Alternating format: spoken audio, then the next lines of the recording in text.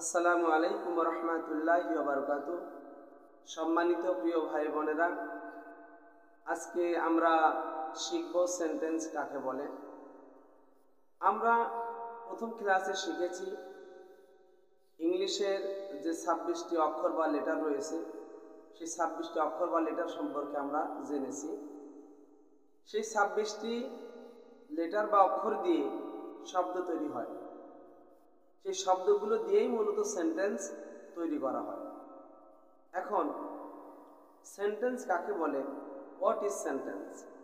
Sentence কিভাবে তৈরি হয়? একাধিক শব্দ পাশাপাশি বসে যদি একটি মনের ভাব পুরোপুরিভাবে প্রকাশ করে তাকে সেন্টেন্স বলে। উদাহরণ দিচ্ছি, মনে করুন আমি একটা শব্দ, ভাত একটি শব্দ, খাই একটি শব্দ।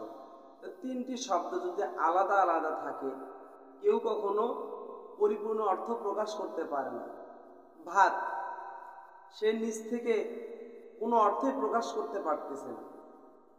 ভাত নিজ থেকে সে সুন্দরভাবে কোনো একটি অর্থ প্রকাশ করতে পারতেছে না।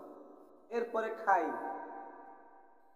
কি খাই, সে নিজেও একটি অর্থ প্রকাশ করতে পারতেছে না।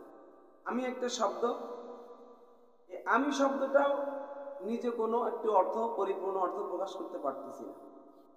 এখন এই তিনটি শব্দ যদি সুন্দরভাবে পাশাপাশি বসানো হয়, বসানোর পর কিন্তু একটা সুন্দর অর্থ প্রকাশ করবে।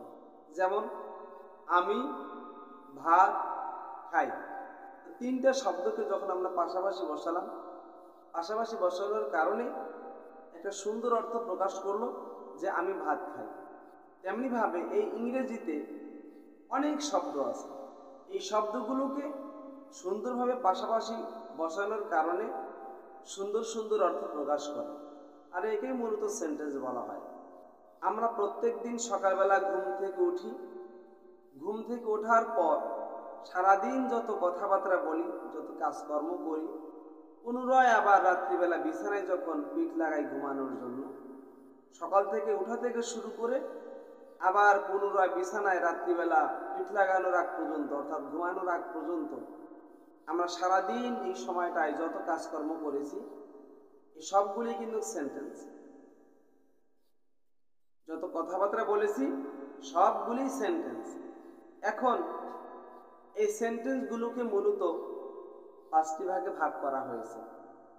1 নাম্বার হচ্ছে অ্যাসার্টিভ সেন্টেন্স, 2 নাম্বার হচ্ছে ইন্টারোগেটিভ সেন্টেন্স, 3 নাম্বার হচ্ছে ইম্পারেটিভ সেন্টেন্স, 4 নাম্বার হচ্ছে অবজেক্টিভ সেন্টেন্স, 5 নাম্বার হচ্ছে এক্সক্লামেটরি সেন্টেন্স।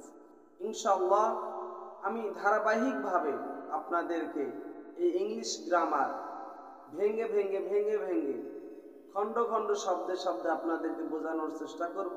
ইনশাআল্লাহ আমি এই ইংলিশ গ্রামারের খুঁটিনাটি যত বিষয় আছে, আমি ধারাবাহিকভাবে আপনাদের সম্মুখে খণ্ড খণ্ড ভেঙে ভেঙে আপনাদেরকে বোঝানোর চেষ্টা করব ইনশাআল্লাহ। আসসালামু আলাইকুম রহমতুল্লাহি ওয়া বারাকাতুহু।